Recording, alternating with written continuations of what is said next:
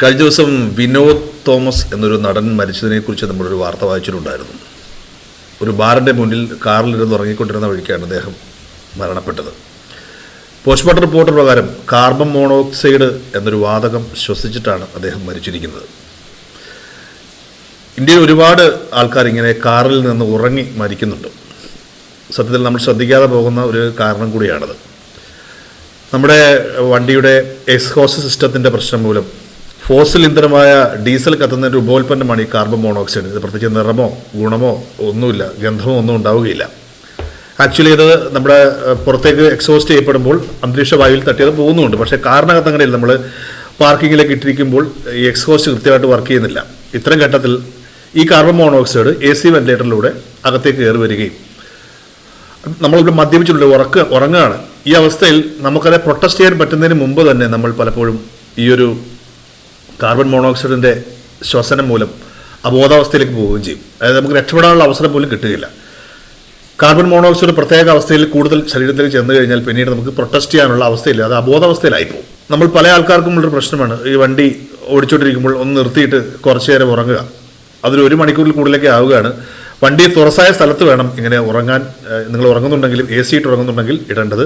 അപ്പോൾ തന്നെ ഫുൾ വണ്ടി അടച്ചിടരുത്. ഒരു ചെറിയ ഒരു പോർഷൻ അകത്തേക്ക് പുറത്തുനിന്നുള്ള എയർ കയറുതിൽ തുറന്നിടണം. പിന്നെ പലപ്പോഴും നമ്മൾ ചെയ്യുന്നൊരു പരിപാടിയാണ് ഈ ഉള്ളിലെ വായു തന്നെ റൊട്ടേറ്റ് ചെയ്യുന്ന ആ ഒരു ഫോർമാറ്റിലേക്ക് നമ്മൾ വണ്ടിയുടെ സിസ്റ്റം മാറ്റിയിടും. അപ്പോൾ നിങ്ങൾ അങ്ങനെ പാർക്കിങ്ങിൽ ഉറങ്ങുകയാണെങ്കിൽ പുറത്തുനിന്ന് അകത്തേക്ക് എയർ കയറുന്ന രീതിയിൽ വേണം സെറ്റ് ചെയ്യാൻ. അതല്ലെങ്കിൽ അകത്തുള്ള വായുവിൽ തന്നെ കാർബൺ മോണോക്സൈഡ് കലരുകയും നിങ്ങൾക്ക് ഒന്ന് അനങ്ങുവാൻ പറ്റുന്നതിന് മുമ്പ് തന്നെ ചിലപ്പോൾ നിങ്ങൾ അബോധാവസ്ഥയിൽ പോവുകയും മരണം സംഭവിക്കുകയും ചെയ്യും. ഇടയ്ക്ക് ഒരു 3 മാസത്തിൽ കൂടുമ്പോഴെങ്കിലും വണ്ടിയുടെ ഈ പറഞ്ഞ നമ്മുടെ AC വെന്റിലേറ്ററുകൾ അതിൻ്റെ ഫിൽറ്ററുകളൊക്കെ ക്ലീൻ ചെയ്യിക്കണം. അതിൻ്റെ എക്സ്ഹോസ്റ്റ് ചെക്ക് ചെയ്യണം. എക്സ്ഹോസ്റ്റ് ഡിഫക്ട്സ് ഉണ്ടോ എന്ന് ശ്രദ്ധിക്കണം. പലപ്പോഴും നമ്മൾ വണ്ടിയുടെ ഇൻറ്റീരിയൽ കാര്യങ്ങളും എക്സ്റ്റീരിയൽ കാര്യങ്ങളും നോക്കാറുള്ളൂ. പക്ഷേ അതിൻ്റെ എൻജിൻ സൈഡും ഇത്തരത്തിലുള്ള കാര്യങ്ങളൊക്കെ ശ്രദ്ധിക്കേണ്ട വളരെ കാര്യമാണ്. പരമാവധി വണ്ടിയിൽ AC ഇട്ടിരുന്ന് ഉറങ്ങാതിരിക്കുക എന്നുള്ളതാണ് സുപ്രധാനപ്പെട്ട കാര്യം.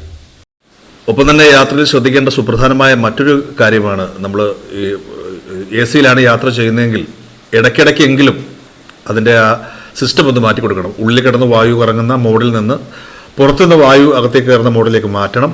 ഇടയ്ക്കെങ്കിലും വല്ലപ്പോഴുമെങ്കിലും ഒന്ന് നമ്മുടെ വിൻഡോസ് താഴ്ത്തി കൊടുക്കണം. പിന്നെ വണ്ടി നമുക്കറിയാം, പകലൊക്കെ നല്ല ചൂടിൽ കൊണ്ട് നമ്മൾ പാർക്ക് ചെയ്തിട്ട് വണ്ടി എടുക്കാൻ നേരത്ത് നമ്മൾ പലപ്പോഴും ചെയ്യുന്നൊരു കാര്യമാണ്, നേരെ അപ്പം തന്നെ കയറിയിട്ട് ഫുൾ ക്ലാസ് ഇട്ട് AC അങ്ങോട്ട് ഓൺ ചെയ്യും. ഉള്ളിൽ നിന്നുള്ള വായു കിടന്ന് കറങ്ങുന്ന മോഡിൽ തന്നെ ആയിരിക്കും ഇടുക. അകത്തുള്ളതൊക്കെ പ്ലാസ്റ്റിക് ഐറ്റംസുകളാണ്. ഇതൊക്കെ ചൂടായി പല പല വാതകങ്ങൾ പുറത്തേക്ക് എടുക്കുന്ന അവസ്ഥയിലായിരിക്കും നിങ്ങൾ ആ ഒരു AC ഇടുക. ഈ AC എന്ന് പറയുന്നത് നാച്ചുറൽ കാര്യമല്ല. അതൊരു ഗ്യാസ് ഫില്ല് ചെയ്ത് അതിൻ്റെ വഴിയായിട്ടുണ്ടാക്കുന്ന കൃത്രിമമായിട്ടുണ്ടാക്കുന്നതാണ് ആ തണുപ്പ്. അപ്പോൾ അതിനുള്ളിൽ ഈ കാർബൺ മോണോക്സൈഡ് കലർന്നു കഴിഞ്ഞാലുള്ള അവസ്ഥ ആലോചിച്ച് നോക്കണം. നമുക്കറിയാം, പലപ്പോഴും നമ്മൾ യാത്രകൾ ചെയ്യുമ്പോൾ ഭയങ്കര ക്ഷീണം അനുഭവപ്പെടാറുണ്ട്. കാരണം സുപ്രധാനമായ കാര്യം ഈ AC-യിലെ വാതകങ്ങൾ നമ്മുടെ ശരീരത്തിലേക്ക് ചെല്ലുന്നതാണ്. വലുതായിട്ട് നമ്മളെ ബാധിക്കുന്നില്ല എന്ന് കരുതി ആരോഗ്യ പ്രശ്നങ്ങൾ ഉണ്ടാവില്ല എന്ന് വിചാരിക്കരുത്. എനിക്ക് കുറച്ച് ബ്രോങ്കോ പ്രോബ്ലം ഉള്ളതാണ്. എനിക്ക് കൃത്യമായിട്ട് വണ്ടിയിൽ AC ക്കുമ്പോൾ ഇത് കൃത്യം അറിയാൻ പറ്റും. അതുകൊണ്ട് തന്നെ ഞാൻ വളരെ കൃത്യമായിട്ട് അത് ഡീൽ ചെയ്യാറുണ്ട്. പ്രത്യേകിച്ച് ആസ്മാറ്റിക് ആയിട്ടുള്ളവർ, ബ്രോങ്കോ പ്രോബ്ലംസ് ഉള്ളവർ, അലർജി ഉള്ളവരൊക്കെ AC ഉപയോഗിക്കുമ്പോൾ വളരെ സൂക്ഷിച്ച് വേണം ഉപയോഗിക്കാൻ.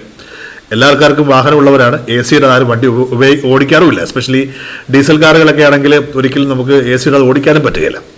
അപ്പോൾ കാർബൺ മോണോക്സൈഡ് എന്ന വില്ലനെ അറിഞ്ഞിരിക്കുക. സൂക്ഷിച്ചില്ലെങ്കിൽ ഇരുന്നിരിപ്പിൽ അങ്ങോട്ട് പോകും.